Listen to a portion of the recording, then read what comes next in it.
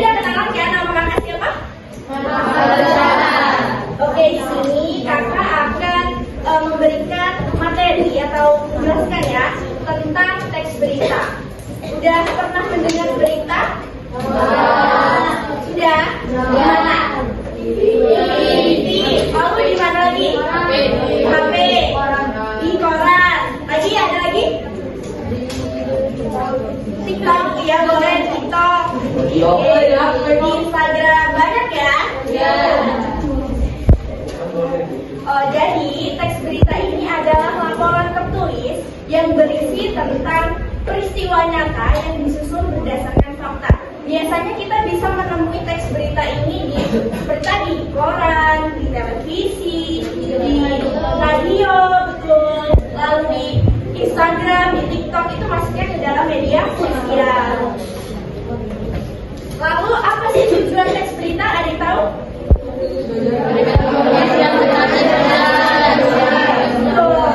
Jadi tujuannya itu untuk memberikan informasi kepada pendengar atau kepada masyarakat, informasinya yang jelas, lalu benar dan berdasarkan fakta, tidak pendapat sendiri. Tidak boleh ya ada berita yang pendapat sendiri.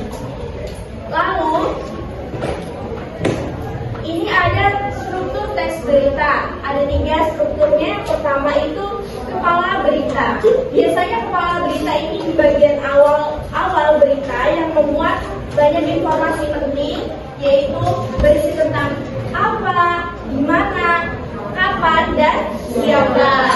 Lalu yang kedua ada tubuh berita. Biasanya ini di tengah-tengah berisi tentang penjelasan informasi yang disampaikan pada kepala bagian berita. Pada bagian ini biasanya menjawab atas pertanyaan mengapa, bagaimana peristiwa itu terjadi. Lalu yang terakhir itu ada penutup berita. Penutup berita ini biasanya di akhir berita itu berisi tentang tanggapan dari narasumber, himbauan atau kesimpulan dari berita. Ada unsur-unsur teks berita. Biasanya dikenal dengan 5W, 1H. W-nya apa aja? Ada what, who, when, where, why, dan how. Apa itu menjelaskan tentang apa yang terjadi di dalam berita. Lalu siapa?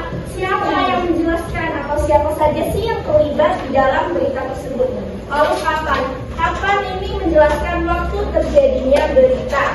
Lalu yang ketiga ada di mana. Yang keempat itu menyebutkan lokasi terjadinya suatu peristiwa. Yang kelima ada mengapa. Ini biasanya menjelaskan tentang penyebab kejadian tersebut ya. Lalu ada bagaimana, ini biasanya memberikan atau menjelaskan bagaimana sih peristiwa itu berlangsung, yaitu biasanya kronologi kejadian ya. Ada ciri-ciri teks berita. Yang pertama ada aktual. Aktual ini berita yang berisi tentang peristiwa yang baru saja terjadi atau masih hangat dibicarakan. Contohnya seperti banjir di Natal ya, di bawah flyover itu. Lalu yang kedua ada faktual. Ini berita yang berisi berdasarkan fakta, bukan pendapat kita sendiri. Kita tidak boleh menulis berita itu semaunya kita, tapi berdasarkan fakta. Kalau semaunya kita kan kita bisa menambah-nambahi kan atau mengurangi berita tersebut. Lalu yang ketiga ada penting. Berita ini bermanfaat atau tidak, atau penting atau tidak diketahui oleh banyak orang. Jadi dia termasuk penting karena penting untuk diketahui banyak orang dan bermanfaat, misalnya tentang bencana, pendidikan atau kesehatan. Lalu yang keempat ada menarik. Berita ini disampaikan dengan cara yang membuat pembaca itu tertarik dengan isinya. Tentang apa sih berita ini, seperti itu. Sebelum kita ke contohnya, kakak ada yel-yel ya untuk mengingat ciri-ciri teks berita tadi. Kakak dulu baru kalian ya. Ciri-ciri teks berita dibagi menjadi 4. Aktual, faktual,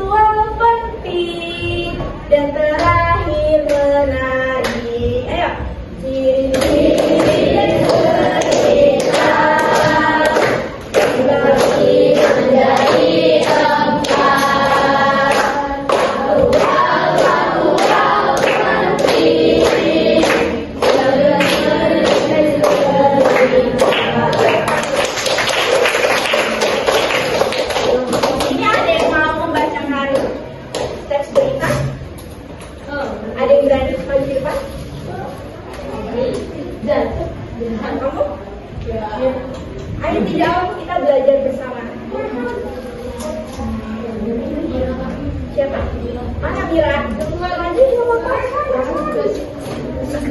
Kita belajar berani di depan teman-teman. Kalau salah nggak apa-apa, kita belajar bareng-bareng.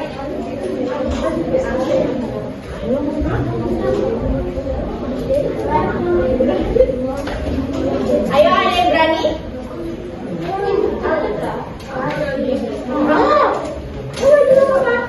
Siapa namanya? Mira.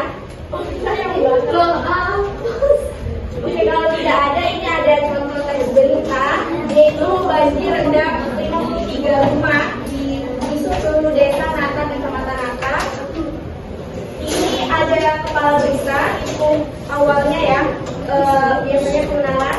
Itu sebanyak 53 rumah di 10 desa Kecamatan Nata ini terendam banjir akibatnya hujan deras yang turun sejak tanggal 25 Desember 2025 dari malam Jumat dari Kamis sampai malam Jumat hingga Jumat tanggal 26 Desember 2025. Di hari peristiwa ini tidak menimbulkan korban jiwa, artinya tidak ada orang yang meninggal ya di situ. Di sini ada isi teks berita. Ini biasanya di tengah-tengah berita yang menjawab tadi tentang apa? Menjawab tentang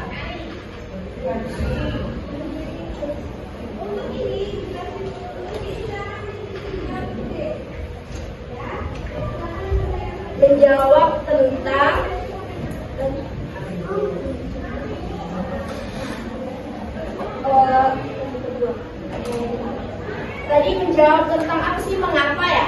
Mengapa dan kejadiannya bagaimana?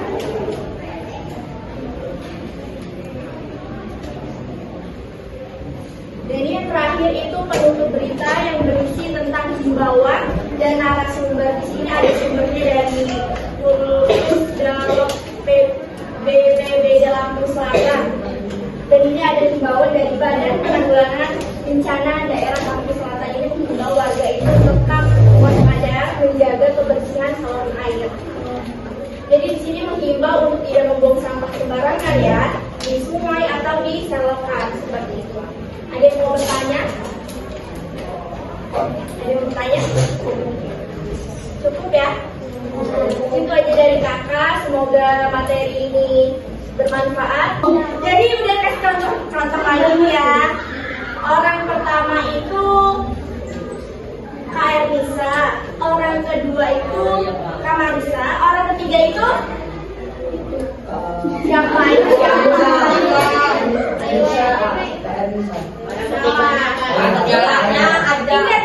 jangan lupakan orang ketiga.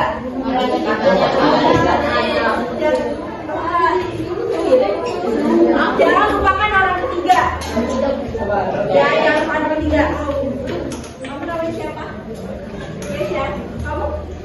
Wika. Oke, orang pertamanya itu Keisha, orang keduanya itu Wika, orang ketiganya siapa tadi jawab? Orang ketiganya siapa? Ayla. Kamu apa jawabannya? Orang ketiganya aja. Oke, betul.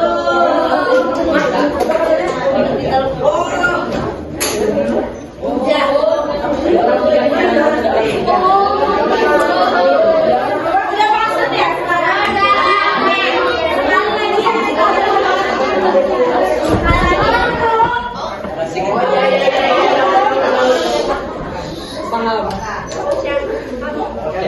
Kelvin. Orang pertamanya itu Kelvin, orang keduanya itu Posya, orang ketiganya